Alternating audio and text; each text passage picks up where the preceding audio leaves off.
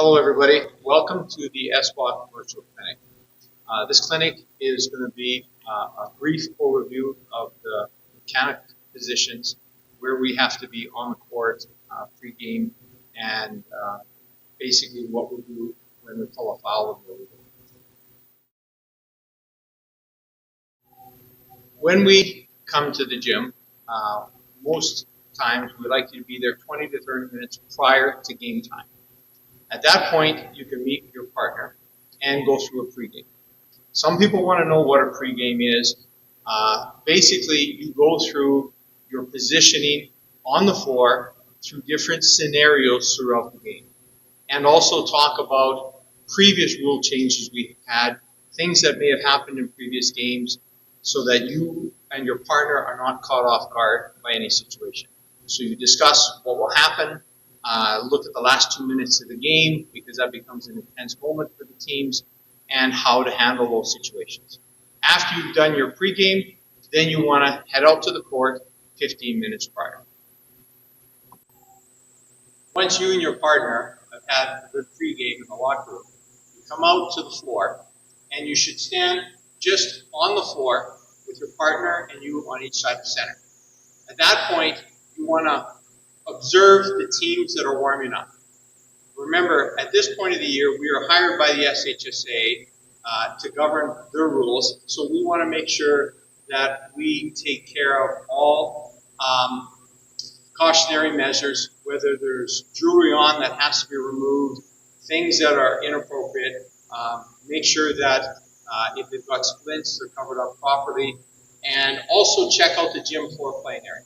If we're looking at the playing floor in this particular gym, we have a rectangular key. Some gyms have a trapezoid key, so we use it. If you have both, we want you to use the rectangle. Also, make sure all floor plates are covered. We're looking for the safety of the players. After we've been here and gone through the warm-up, when we hit 10 minutes, the crew chief will then go across to check to make sure the lineups are in and everything's okay. Then he proceeds back to his positions to finish warm-up. At 3 minutes, both officials go to the table and we introduce ourselves to the coaches and then get ready to start the game. On a side note, when the officials go over at the 10-minute mark, you should talk to your minor officials. Sometimes we have really experienced minor officials. These kids are usually volunteering the time, they do a great job. But on other times, they might be their first time. So make sure you talk to the person who is recording stuff on the score sheet. Make sure that's done accurately. They know what's going on. Make sure the clock operator knows what's going on. And really importantly, the 24-second operator. And at that point, remember to remind the minor officials, as well as the coaches and players, that SHSA rules do require no hats while the game is being played. When we get ready for the jump ball situation, we have the players line up. The two jumpers near the center of the court. All the other players remain outside the circle. As the crew chief, I will be tossing the ball. I will blow the whistle when everybody's ready, drop the whistle out of our mouth, step in, and toss the ball. Once the ball's been tipped, I stay stationary to watch which direction the ball's going. My partner will then run to either baseline to the direction of the ball. I will then fill in as the trail position to my left or to my right. Here's how it works. Okay, teams ready?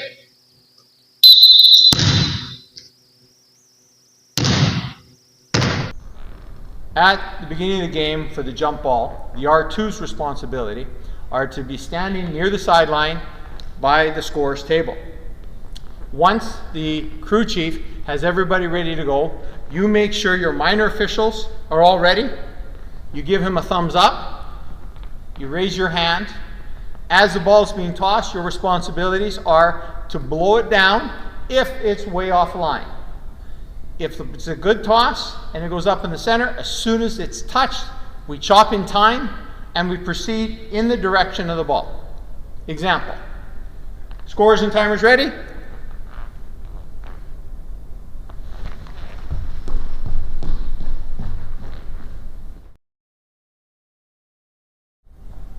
The next two clips we're going to deal with the positioning on the floor. As the trail position, okay, we sometimes get in a habit when we're doing multiple games through the day of getting further and further back away from the plate.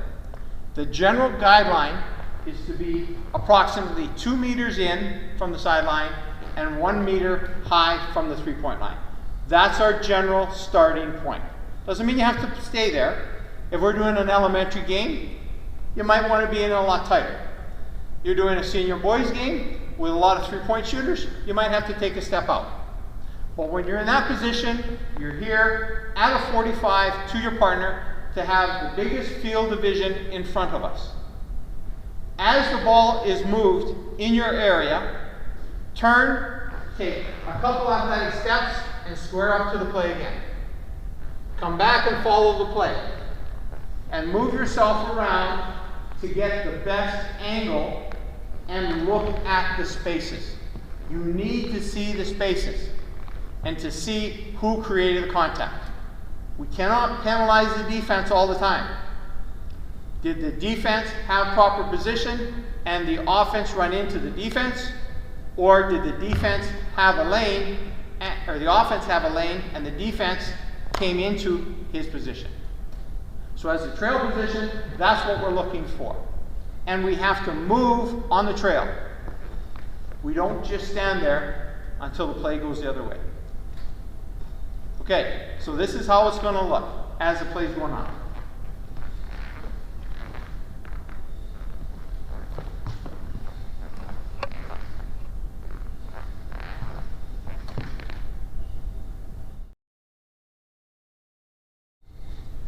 When you're in the position of lead, we have to remember when we're in some gyms, you're going to encounter this, not a full meter from the baseline. So in those positions, we'll talk about that in throw-ins, you have to allow the players to stand back a little to give them the 2 meter space. But in our lead position, our general starting area is right here, about a meter in from the three-point line, 45 to the key. As the play comes out to my left to the three-point line, it's one easy step and I have the sideline. When it's moving inside the key or on the far side, I can move myself closer to the play to a closed down position to get a better view to see the spaces.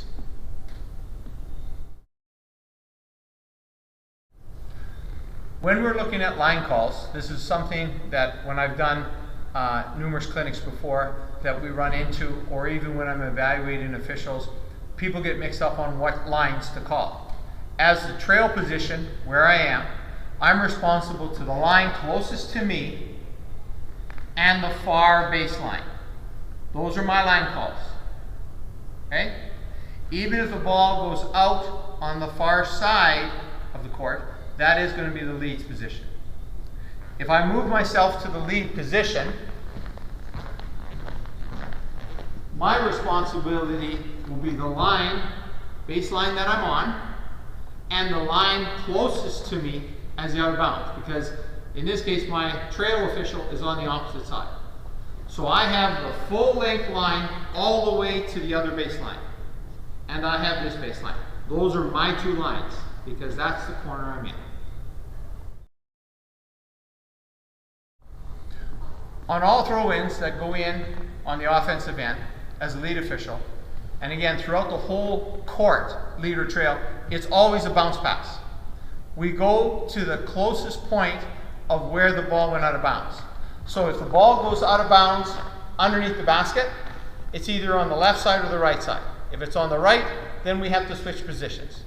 Otherwise, we throw in beside the basket, not under, but beside.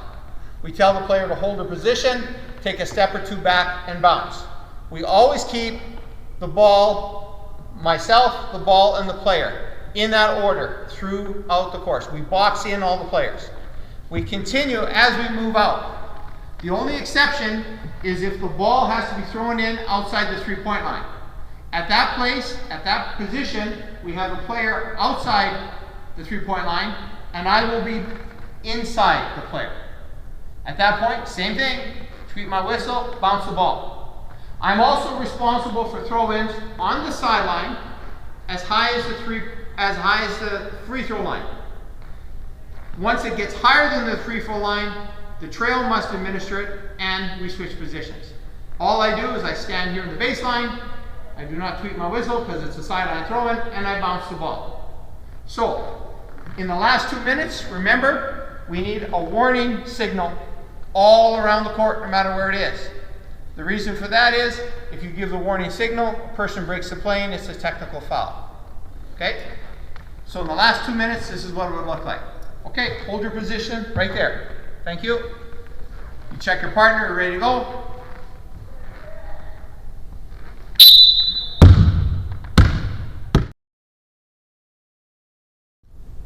Throw-ins from the trail position. Remember, if it's on my sideline here or on the baseline, I'm responsible to throw it in.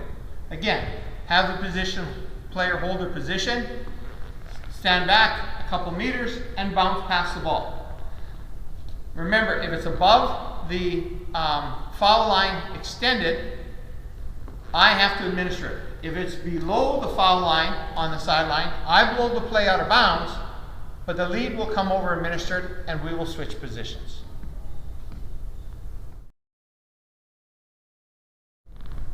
When reporting fouls, always remember you go to the trail position. The only time you don't go to trail position is if we're in transition between three-point line to three-point line. You stop, report it, and you continue the play from there. So we're going to, the next 4 slides, our films are going to be on the position and how to report it. The first one is I'm near the table. This is what it would look like. 6 red. Red 6, illegal use. 2 shots. When you're on the trail opposite the table, our positions are very simple. I will report, I'll make the call, report the foul, and then return to this position. Demonstration. Red 6, got it. Red 6, illegal use. 2 shots. When we call a foul in the lead position, again, all of our moves that we make towards the table are athletic positions. Athletic moves, we want to aggressively move towards the bench, but we don't want to go close to the table. So here, I'll make the call, I'll step out, report the foul, and then proceed to the trail position. My partner will then come to the ball and administer it at the proper throw-in. So it looks like this.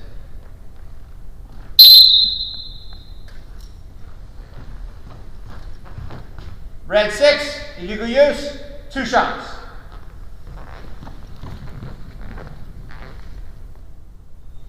When you're in the lead position opposite the table, a common mistake made, our officials will make a call and then proceed to run around the baseline or through the middle of the key.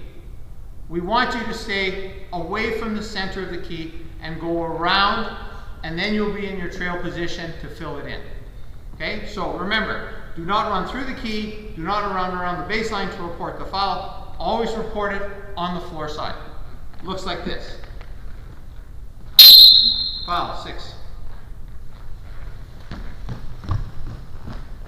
Red, 6, illegal use, 2 shots.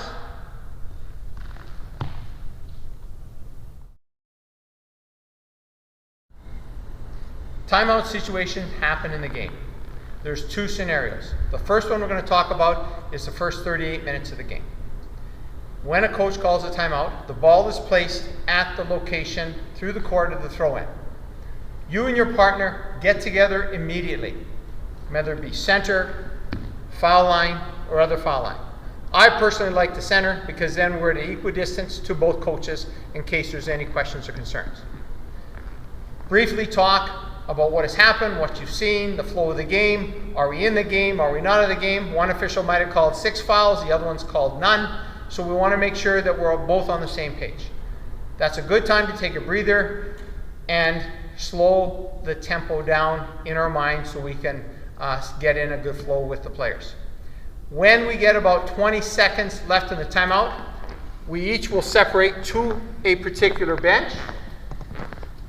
You will stop approximately 4 to 5 meters from the bench. When the buzzer goes at 50 seconds, I will proceed to the team huddle and ask the coach to break. Sometimes the coaches and players don't even hear it because of the crowd, the noise. So make sure you directly get the ear of the coach to say, okay coach, time to play. You have 10 seconds to play. Timeouts are 60 minutes in length, but they only last 50 because you need 10 seconds to play. So when the horn sounds, okay coach, ready to go, let's play guys, 10 seconds to play. And then proceed to the throw-in. When there's timeout called in the last 2 minutes of the game, the situation is a little different. The crew chief then brings the ball with his partner to center. The same procedure happens, okay? But remember, the coaches have an opportunity here to advance the ball. The key thing to remember here is if it's after a made basket, the coach is allowed to advance the ball to either side of the court. If the ball has been caused to go out of bounds or on the sideline after a throw-in, a football foul, a traveling violation, or whatever the case, if it's on the coach's or table side, the advancement must stay on the table side. If it's on the opposite side of the table, then the advancement must be there. So that's the only difference. So in this situation, the procedure is still the same. With about 20 seconds left, I proceed to the bench, the coach's bench. When the horn goes, I step in and I ask the coach where you would like the ball. And then I step out, blow the whistle, and designate to where it's going to be. If it's in the front court, the shot clock will drop to 14 seconds. If it stays in the back court, the remainder time that was on the 24-second will remain. So it looks like this. I proceed with 20 seconds left. The horn sounds. Okay, coach, let's go. Where would you like the ball? Yes, got it. Front court, please set 14 seconds on the shot and proceed to the front court. When we're in a free throw situation, whether it be 1 shot, 2 shots, or 3 shots, as a lead official, I stand here and administer the ball. I administer all throw-ins. I make sure that we have 2 or 3 players on one side and 2 or 3 on the other. The maximum is 5. 3 defensive players, 2 offensive. Okay? They cannot take the opposition's box if they don't do it. Okay? So this box is designated for defense. Defense gets it, even if they don't go in there. As the lead official, when everybody's ready to go, I will step into the key and say, are we ready? Whether it be 3 shots, 2 shots, or 1, I will indicate what it is. So in this case, I'm going to start off with 3 shots and bounce the ball. I return back to the side. I now watch opposite sideline. That's my responsibility. Now, when we look at the trail position,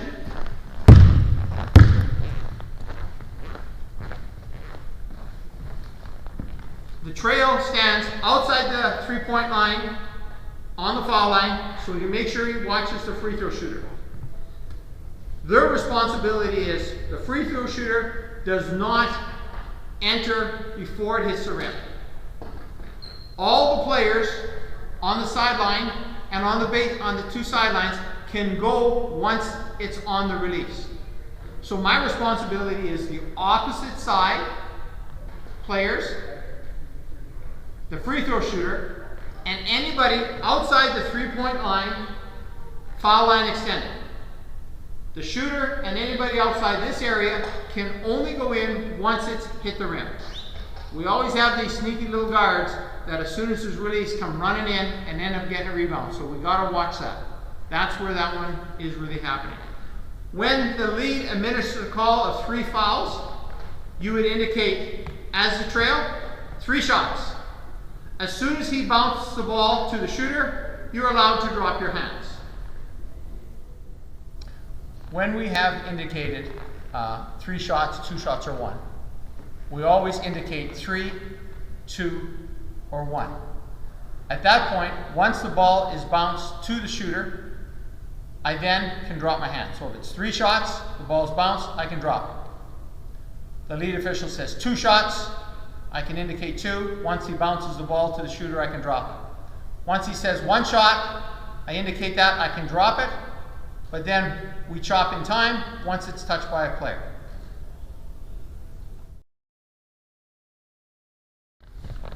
This last segment, we're going to deal with signals. The signals should be clear and crisp so that when the gym is fairly loud, our table can understand them, the coaches can understand them, and the fans can understand them. Because sometimes the gym gets so loud, they cannot hear your voice. So anytime the whistle goes, the hand must go up in the air. If it's an open palm, that tells you it's your partner and everybody in the gym that there is a violation of some type happening on the court. As soon as you make a fist, it goes up, it is automatically a foul being called. Okay? When we go to chop in time, it's an open hand, and we must chop in time. When we have a report of let's say a foul, or let's say we have a violation and the horn goes for substitutions, please make sure the athletes report to the table and in, not from the benches directly on the court. Okay? Come to the benches. When you see the players, you say substitutions, you back them on the court and call for substitutions. Once they're on the court, you signal to your partner, thumbs up, you're ready to go, and get ready to chop in time. Whenever you cancel a basket, it's very simple. No basket. That's important, especially at the end of the game. On the last shot, whoever has responsibility, trail or lead, has to make sure when that basket's scored, the hand goes up for the horn, they either score the basket or they wave it off. That's crucially important. On all throw-ins, there is a visual count to throw the ball in. Once the ball has been thrown in on the court, we have a quick look at the shot clock. We do our gazintas with mathematics, and we figure out where the shot time should be. Normally, at 24 seconds, it's going to be 16 before it crosses half. You know as well as I do, sometimes we have young people on the bench, maybe first time, and that clock didn't start until 23 or 22, so we have to make the necessary adjustments. Anytime we point direction, it's always bang, stop the clock out of bounds, green ball, and point. Point with 2 fingers, straight out. As we know, anytime there's a fist in the air, it's a foul. Now we're going to talk about the violations and the signals. Whenever it's an open hand, so we tweet, open hand, tells my partner there's a violation. So we'll go through some of the signals that are there. Tweet, whistle goes, we got travel. Illegal dribble. Carrying the ball. Over and back.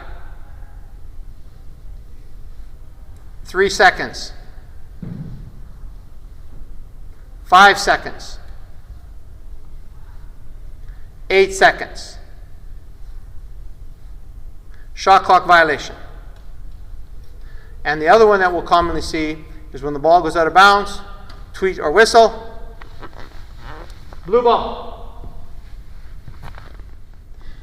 Some of the signals for foul calls, it's really important that you do it. As a violation, you can get your overbacks or out of bounds or travel violations. They're pretty clear. But when we get to a foul, sometimes it's not always clear to the coach, either side, or the fans of what's going on. So your signals will make it clear when you do it. So once we get a foul call, tweet, we then have to make the signal. It could be, once we report the foul, we go, it could be illegal use, which is contact up high. It could be illegal use, which is contact down low. Okay? It could be pushing. Okay? There's a number of different ones you can make. The 2 that are really stand out in my mind are when you make the foul call, you'll see the official hit the foul and run block right away. The second one is a foul, charge, team control. That's important to run team control, because once you signal team control, that means no basket can be scored because it's an offensive foul. One that's not commonly called, a player will go in to do a layup, the guy goes up and swats the ball, and you blow your whistle, but he's made contact with the head. So it's boom. When you report the foul, we got 6 red, contact to the head. 6 red, contact to the head. When we talk about signals for major fouls, the first one I want to talk about is a technical foul. A lot of people will do this for a technical foul, but that's a timeout. Index finger to the palm is a timeout. Technical foul is one into your palm with the full hand. That is always one shot with a technical foul. When we look at a double foul, the whistle goes and we go double foul, crossing the arms. The next one we're looking at is an unsportsmanlike foul. When it's a hard foul, there's 4 different types that we've talked about in the clinic. Whistle goes, grab your wrist above your head. Everybody knows that's an unsportsmanlike foul. And the last one, which I hope you don't have to use very often, is the disqualifying foul. Hand goes up, both fists in the air. Disqualifying foul. I would like to thank everybody for joining us in the SBOC first virtual clinic on the on-floor mechanics. Now, I have not covered 100% of everything. I've left out a couple foul calls, a couple violation calls, a number of different positionings. But I wanted to give you a general overview to get started so that you feel comfortable in the game. Please, if you have any questions, reach out to your local district's officials commissioner, and they can put you in contact with somebody who may know something a little more specific about the rules, or if you have a question on that. The SHSA will be putting up on their website a link to the rule book and case book, and I believe BSI does the same thing. So there's a number of locations. Get into the book, read it, have a great season. Remember, we're here for the kids.